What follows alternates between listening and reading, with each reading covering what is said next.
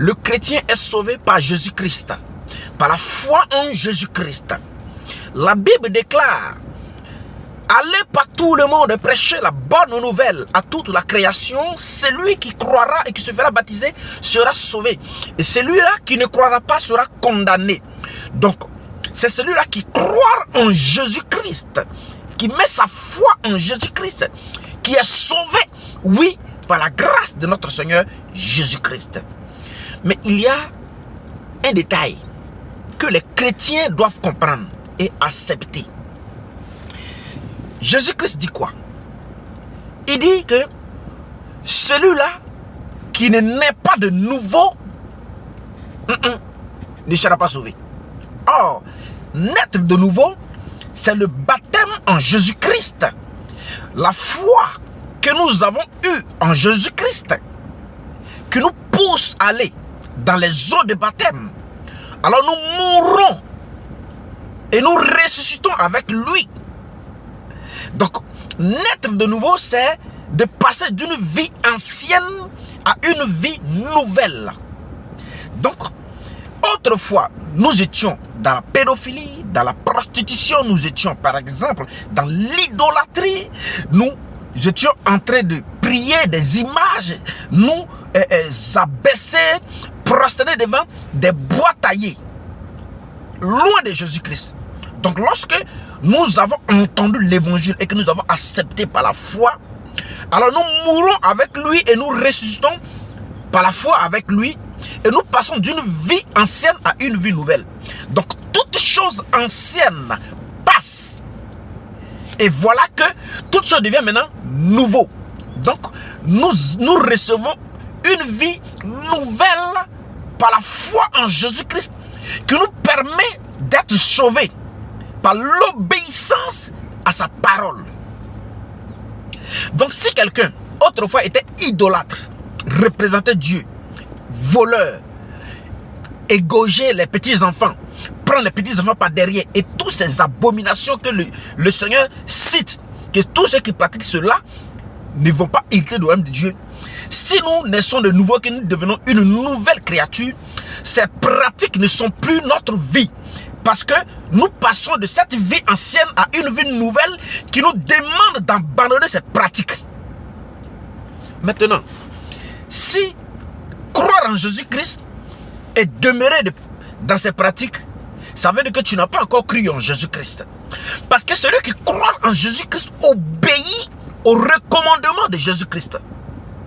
Les sacrifices, oui, c'est bon, Dieu apprécie. Mais l'obéissance à sa parole vaut mieux que les sacrifices. Jésus-Christ nous a pris par la foi que nous avons. Alors lui, il nous dit: voici, je mets deux chemins devant toi. Et il y a un chemin plus large, bien espacé, où plusieurs empruntent. Et il y a un petit chemin où peu d'hommes empruntent. Donc il dit que je suis le chemin, la vérité et la vie. Pour avoir la vie, il y a un chemin qu'il faut emprunter. Pour toujours avoir la vie, il y a des vérités qu'il faut accepter. Donc je vous explique rapidement. Sur le chemin de Jésus-Christ, le petit chemin qui te demande de prendre, où peu d'hommes empruntent, il y a des vérités selon Jésus-Christ. Donc il y a deux chemins, le chemin des hommes, du monde et de la convoitise, et le chemin de Jésus-Christ. Mais Jésus, si tu prends ton chemin, sur son chemin, il y a des vérités, et ses principes, ses recommandements, sa parole, que nous devons appliquer, qui est l'obéissance à sa parole. Donc sur le chemin que tu as choisi, le petit chemin, il y a des vérités. Et ces vérités, c'est ce que Jésus dit. Tous ceux qui pratiquent ces abominations ne vont point hériter du royaume de Dieu. Donc ce sont des vérités qui se retrouvent sur le petit chemin, le chemin étroit. Or, sur le grand chemin, bien espacé, il y a des vérités. Mais ces vérités, oui, est que, étant là-bas, tu peux toujours continuer à adorer, boire des images, acheter des parfums, huile, sel et autres, continuer toujours à aller consulter chez les marabouts et les fétiches. Là-bas, ce n'est pas la vérité de Jésus-Christ. Mais sur le petit chemin étroit, les vérités et que Jésus veut que tu ne puisses plus pratiquer les pratiques que tu avais autrefois étant loin de lui. Donc quand tu es maintenant avec lui, il te demande de prendre le petit chemin. Et le petit chemin, c'est restreint. C'est-à-dire qu'il y a des consignes très précises. Et les vérités de Jésus-Christ ne sont pas acceptées de tous. C'est dur, c'est compliqué pour un être humain qui marche humainement d'accepter les principes de Jésus-Christ. C'est pour cela, c'est par l'esprit que nous marchons. Alors l'esprit t'aide à accepter ces vérités de Jésus qui est dur et difficile. Donc tu ne peux pas dire que tu es sauvé étant en Christ et continuer à pratiquer ce que Jésus interdit. Donc tu vois que tu n'es pas avec Jésus. Tu croiras que tu es avec Jésus-Christ, mais tu n'es pas avec lui. Donc celui qui est sauvé, qui a Jésus-Christ, doit accepter les principes de Jésus-Christ. Tu ne vas pas prendre par derrière ton ami garçon. Tu ne vas pas te marier avec ton ami garçon. Une femme ne doit pas se marier avec une femme. Et ces principes donc que j'ai cités dans la vidéo précédente sont des vérités qui se retrouvent sur le chemin étroit de Jésus-Christ, qui est sa parole, ses principes. Donc, laissons les sacrifices et obéissons à sa parole, car l'obéissance à sa parole vaut mieux que les sacrifices. Alléluia. Donc, vous voyez que tous ces principes se retrouvent en Jésus-Christ. Et ces choses ont été prêchées par Jésus-Christ. Et c'est ce qui a poussé ceux qui se retrouvaient sur le grand chemin large, ont poussé ces personnes à le détester, jusqu'à l'en vouloir à mort.